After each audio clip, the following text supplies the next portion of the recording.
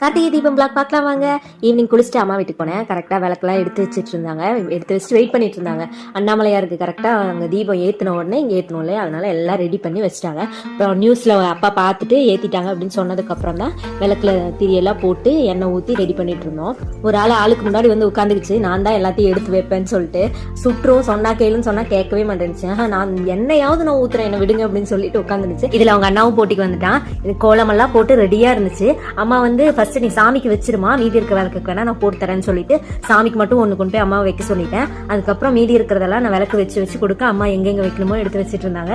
இன்னைக்குதான் செடிக்கு செக்குக்கு அதுக்கு இதுக்குன்னு ஒவ்வொரு நாள் லிஸ்ட் எடுக்கிறாங்க. எங்க அம்மா ஒரு பக்கம் சொல்றாங்க, எங்க பாட்டி ஒரு பக்கம் சொல்றாங்க, மாத்தி மாத்தி இது பண்ணிட்டு இருந்தாங்க. அப்புறம் அண்ணி விளக்கு வச்சுட்டாங்க. வீட்டுல பாக்கிறதுக்கே ஒரு மாதிரி அழகா இருந்துச்சு. லைட்ஸ் எல்லாம் ஆஃப் பண்ணி விட்டுருந்தோம். அப்பதான் பாக்குறதுக்கு நல்லா இருக்கும்னு சொல்லிட்டு அப்புறம் நம்ம வீட்லயும் கோலத்துக்கு எல்லாத்துக்குமே வச்சோம். எல்லா பக்கமும் சுத்தி சுத்தி சுத்தி சுத்தி வச்சிருந்தோம். எனக்கே ஆனா எந்தெந்த இடத்துல வைக்கணுங்கிறது இன்னைக்குதான் அப்பா சொல்லி தான் நான் தெரிஞ்சுக்கிட்டேன். சும்மா அவங்க சொல்லுவாங்க, அங்கங்க வச்சு விட்டுருவோம். எந்தெந்த பக்கம் வைக்கணும் அப்படிங்கறதெல்லாம் கரெக்டா எண்ணி சொன்னாங்க. அப்புறம் வந்து இந்த ஃபுல்லா லைட்டெல்லாம் ஆஃப் பண்ணிட்டு 2 வீட்டையும் பாக்குறதுக்கு அவ்வளோ அழகா இருந்துச்சு. ஒரு மணி நேரத்துக்கு தான் இந்த பரபரப்பெல்லாம். அப்புறம் அந்த விளக்கெல்லாம் நல்லா எரிஞ்சு முடிஞ்சதுக்கப்புறம் அவ்வளோதான், எல்லாம் நார்மல் ஆயிட்டாங்க. நம்ம வாண்டு ஒருத்தர் வந்து எனக்கு நாளைக்கு ஆனுவல் டே, மருதாணி வச்சு விடுப்பவி அப்படின்னு சொல்லி கொண்டு வந்து கையை கொடுத்தாரு. சரின்னு சொல்லிட்டு அவருக்கு மருதாணி வச்சு உட்கார வச்சாச்சு. கார்த்திகை தீபம்னாலே விளக்கு வைக்கிறது அதை விட ரொம்ப முக்கியம். தீபாவளிக்கு வாங்கின பட்டாசு பாதி மீதி எடுத்து வச்சு இன்னைக்கு வெடிக்கிறது. அதை தான் இவங்க எல்லாம் பண்ணிட்டு இருந்தாங்க.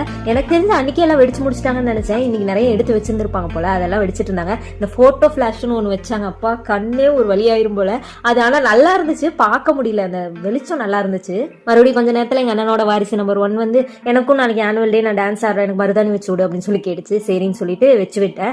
எனக்கு வேற எந்த டிசைனும் வேணாம், நார்மலா மருதாணி வைக்கிற மாதிரியே வைக்கணும்னு சொல்லிட்டு கோன்லயே வச்சு விட்டுட்டேன். இதை முடிச்சுட்டு இன்னைக்கு பிரேக்ஃபாஸ்ட்டுக்கு சுட சுட இட்லியும் தக்காளி குருமாவும் சூப்பரா சாப்பிட்டு இன்னைக்கு டேவை கம்ப்ளீட் பண்ணியாச்சு.